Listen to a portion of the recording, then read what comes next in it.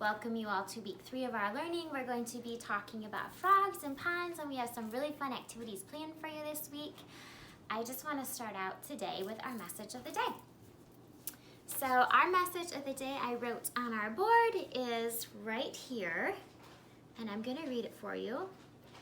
Frogs live in a pond. Now Miss Young put a different punctuation at the end this time. I used a period, and remember, a period is just a statement, and we just put this little dot at the end of our sentence when we're just making a statement and sharing a fact. So my fact today is frogs live in a pond. So how about you read it with Miss Young? Are you ready? Let's read it together. Frogs live in a pond. Okay? Now I want you to take a moment and count. How many words do you think are in our sentence today? How many words do you think are in our sentence today? Okay, you got your number. We're going to count it together and see if your guess was right. 1, 2, 3, 4, 5. There are 5 words in my sentence, and I already wrote the number down here. This is how we make a 5. And today the shape that I put around it is a circle so that you are able to see our number. And remember, if we're thinking about amounts, this is how much 5 is. This is how many words we have. Let's read it one more time together. Are you ready? Frogs live in a pond. So that's my sentence of the day, my message for you. I'm wondering what kind of a message you could share with Miss Young or with your teacher. You can write it down, you can draw a picture, you could send it to your teacher and let them know what is the message you would like to share with us. We are excited to hear about that, but I want to continue to move on and just talk about what you're going to be doing today. For reading, you have a fun little booklet that's called A Frog's Life. You can write your name at the front, you can color all the pictures, and you're going to read it with your mom and your dad, and it just talks about the life cycle of a frog. Now there are only 3 stages to a frog. Now we've been learning about the butterfly, and we learned that there are 4 stages in a butterfly's life, but a frog, there are only 3. We have the egg, and then it moves into a froglet right here. It kind of looks like a frog, but it's got a little tail. And then the last stage is it's a full-grown adult frog. So you are going to be learning about a frog this week and ponds. And I'm wondering, do you have a pond where you live? You are going to get to go on a walk, an adventure, and you are going to get to go out and observe frogs around your house this week. And I am wondering if today you are going to be able to share with Miss Young what you are observing in your journal. So in your journal, you're going to write on the next page, after you come back from your walk, the journal page, you're going to draw a picture about what maybe your pond looks like, or what you observed on your walk looking for frogs. Maybe you have tree frogs. Maybe you have frogs that just live in maybe a big puddle by your house. I don't know what you have, but I'm looking forward to see what you find and discover on your walk today. Draw a picture of that, and then if you can, write it below. And in your packet, there is a whole bunch of pond words that you can use when writing it. It has a picture and it has a word. I'm going to go through them, and you can say them after Miss Young. Duck, frog, cattails, lily pad, flower, dragonfly, turtle, otter, blue heron, beaver, log, crayfish, fish, snake, muskrat, fly, snail, alligator, rock. And then the second part are the same words, but they are just all capital letters. The first words that I showed you are all lowercase letters. So you can decide how you would like to write them, but those are just some words that are a lot of things that live by a pond. So I'm excited to see what you guys share with us, and make sure you take a picture of it and send it to your teacher, and you can use those to share on your outdoor adventure. Something else that's in your packet that you're going to be working on today is swimming in the pond. It's a pre-writing activity, and it just has some fun little fish and some different little lines that you can trace and practice our fine motor development and help you learn how to control those pencils and markers better. So there are 2 pages to it, which you can see. So complete those. You can use a crayon, you can use a marker, you can use a Q-tip with some paint if you would like. You can be creative and trace those however you would like to do that today. And then we also have for you a fun little craft that you can do today called potato masher turtles. And if you have a masher, you can just dip it in some paint and you can make a turtle, because we know that turtles live near ponds. They are part of the pond life, and you can use whatever you want to make a head, and you can draw eyes. You could even draw some legs. I'm excited to see what you guys come up with for your potato masher turtles. If you don't have a potato masher, you could even just use a potato and make the back of your turtle. So get creative and do the best that you can, and I'm excited to see what you have for us. Before we go, I want to take some time and read a really fun story about a frog. This is one of Miss Young's favorite stories. We read a lot of our stories about there was an old lady who swallowed lots of different things. We've read about a turkey and a bell, and we've read about books and snow. There's lots of things that our little old lady has swallowed this year, and today we are going to learn about one more thing that she swallows. So if you can look at my book, you can give an idea and take a guess of what we might be learning about today that our little old lady is going to swallow. So go ahead and share with your mom and dad about what she might be swallowing today, just based on the pictures and what you are able to see. Okay, we're going to go ahead and read the title. There was an old lady who swallowed a frog. And look at, we have an exclamation point there.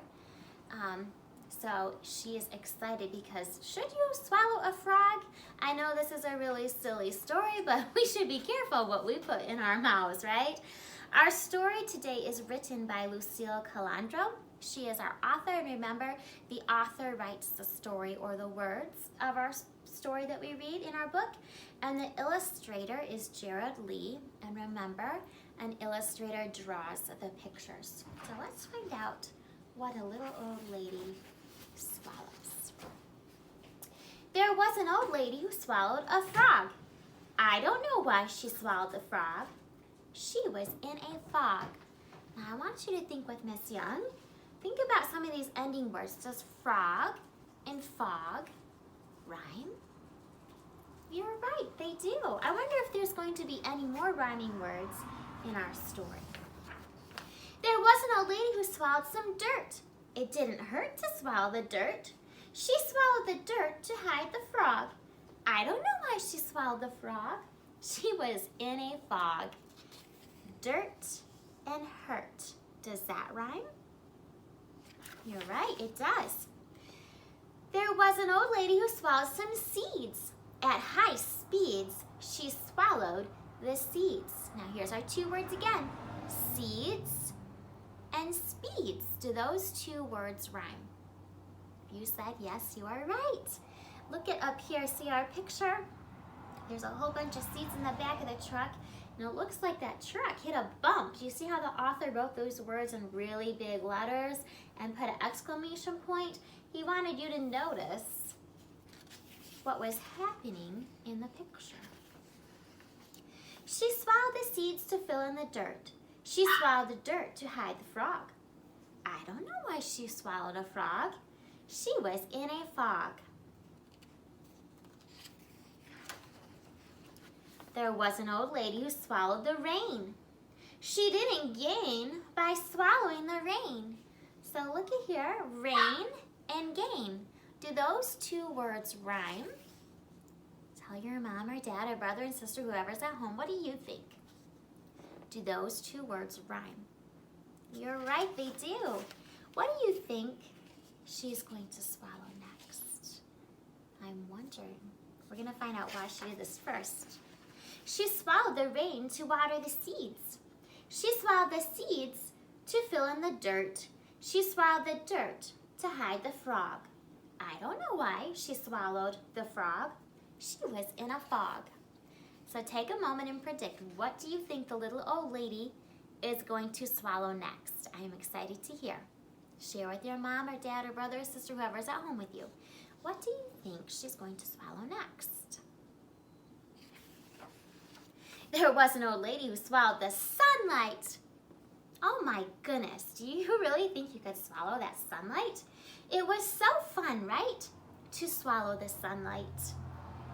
She looks happy swallowing the sunlight. I know for Miss Young, the sunlight makes me happy when I see it outside. It makes me smile. She swallowed the sunlight to dry up the rain. She swallowed the rain to water the seeds. She swallowed the seeds to fill in the dirt. She swallowed the dirt to hide the frog. I don't know why she swallowed the frog. She was in a fog. What do you think she's going to swallow next? Take a moment and predict.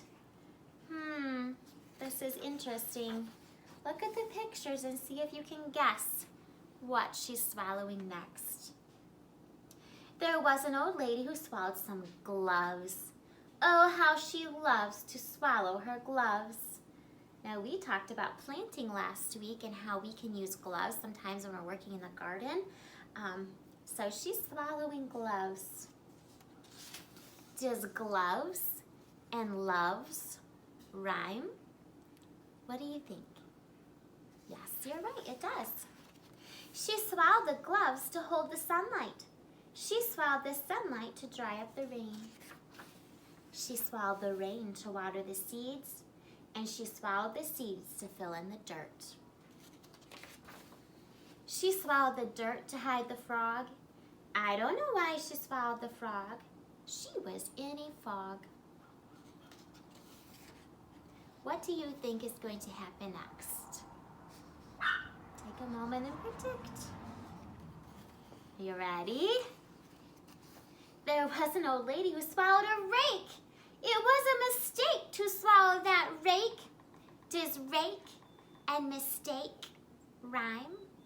Remember, rhyming words end the same. They don't start the same, but they end with the same sounds. So listen to rake and mistake. They both end with the ache sound. So yes, steak and rake rhyme. Mistake. Look at her face. How do you think she is feeling about swallowing that rake?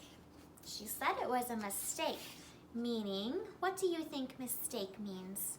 We sometimes make mistakes. Mistakes is something that we might do wrong and we want to fix and do it differently next time. So the old lady said, "Excuse me, I beg your pardon." So if you burp, polite manner you should say, "Excuse me." And look at all of her friends around there have really big eyes. Look at their eyes. When she did a big burp, we definitely want to make sure we say "excuse me" when we're finished. What do you think might come out after she burps? So she usually makes something. She's made a snowman and lots of different things we've learned about. What do you think she's making right now? And out spilled a colorful garden. So last week we talked about planting and gardens, and sometimes, depending on where you live, you might find these little green critters near your garden.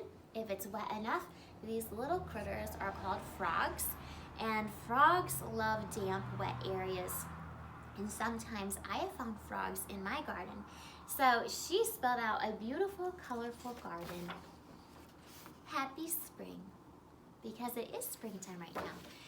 So boys and girls, I hope you enjoyed that story, and I'm excited to see all of your journal entries about what you see on your hike today. And using all those different words to try to write some of those things that perhaps you're seeing. So I can't wait to see all of your comments and even sending me videos about the book that you're reading about the life cycle of a frog. So make sure you share with your teacher the 3 life cycles, the 3 stages of a frog, so that they can see what you're learning. So make sure you're taking those pictures and sending those videos to your teachers. Thank you so much for watching, boys and girls. I'll see you again next time. Bye.